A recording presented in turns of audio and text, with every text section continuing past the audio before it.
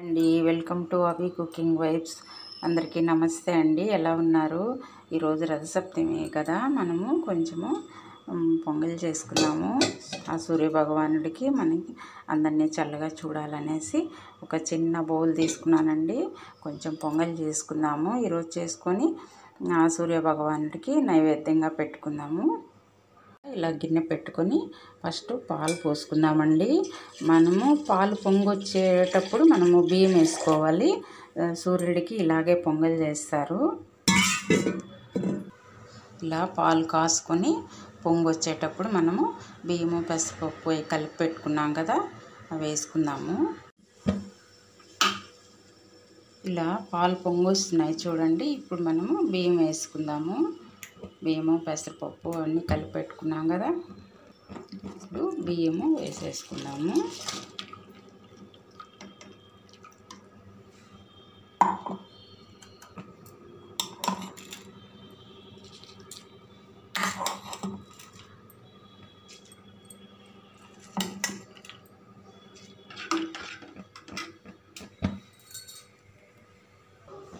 చూడండి ఇలా ఉడుకుతుంది పొంగలి.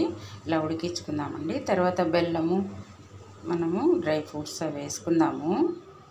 ఇది రథసప్తమి ఏంటంటే పాలల్లో మనము బియ్యం వేయాలండి. మామూలుగా అయితే తర్వాత పాలు పోసుకుంటాం కదా. రథసప్తమి పొంగలి మాత్రం ఇలా పాలు వచ్చిన తర్వాత మనము బియ్యం వేసుకోవాలి. చిన్నప్పుడు మా నాన్నమ్మ అయితే సూర్యుడు ఎదురుగా బయట చిన్న పొయ్యి పెట్టి పొంగల్ పెట్టేదన్నమాట. మేమందరం చూస్తూ అక్కడే ఉండేవాళ్ళము. చాలా బాగుండేదండి. అది గుర్తుకొస్తే చాలా హ్యాపీగా ఉంటుంది. వీళ్ళుంటే మనము సూర్యుడు ఎదురుగా బయట చిన్న పొయ్యి పెట్టుకొని పొంగల్ చేసుకుంటే చాలా మంచిదంట. ఇలా పావుసేరు గ్లాస్ ఉంటుంది కదండి, దాంట్లో హాఫ్ వేసాను బియ్యము. 2.5 దాకా పాలు పోసాను. కొలత అయితే చూపించలేదండి, గిన్నెలో కొలిసి పెట్టుకున్నాను, పోసేసాను. అందుకే చెప్తున్నాను. 3 గ్లాసులు కూడా పోసుకోవచ్చు, బాగుంటుంది మెత్తగా. మనం పావుసేరు గ్లాసులో హాఫ్ గ్లాస్ బియ్యం వేసుకున్నామండి. కొంచెమే చేస్తున్నాను నేను.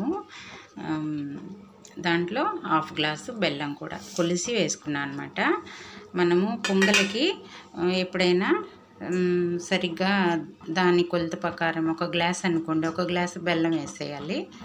1/4 కిలో బియ్యం అనుకోండి, 1/4 కిలో వేసేయాలి పొంగలికి మాత్రం. ఇలా కలిపెట్టేసి మూత వేసేసామంటే ఒక 2 మినిట్స్ బెల్లం అంతా కరిగిపోతుంది. చూసారు కదా, ఇప్పుడు పొంగల్ రెడీ అయిపోయిందండి. ఇప్పుడు మనము జీడిపప్పు అవి వేసుకుందాము. మనము జీడిపప్పు వేయించి పెట్టుకున్నాం కదా, వేసేసుకున్నాము. నెయ్యి కూడా వేసానండి. ఆ వేయించి నెయ్యి కూడా పోసేసాను.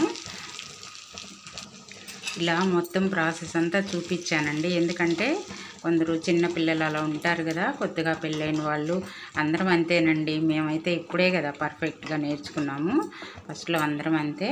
అందుకని మొత్తం ప్రాసెస్ అంతా చూపించానండి. ఫైనల్గా ఇలా రెడీ అయిపోయింది.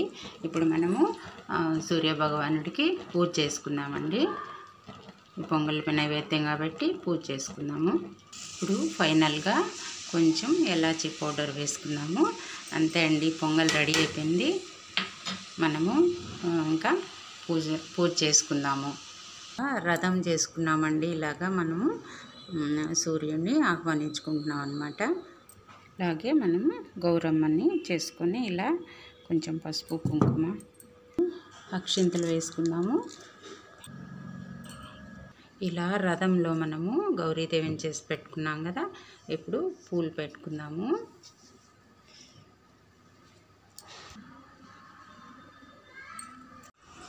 ఇలా చేసుకున్నానండి సింపుల్గా పూజ మన సూర్యభగవానుడికి. ఇలా సింపుల్గా చేసుకున్నాను. మీరు ఎలా చేసుకున్నారో కామెంట్ చేయండి.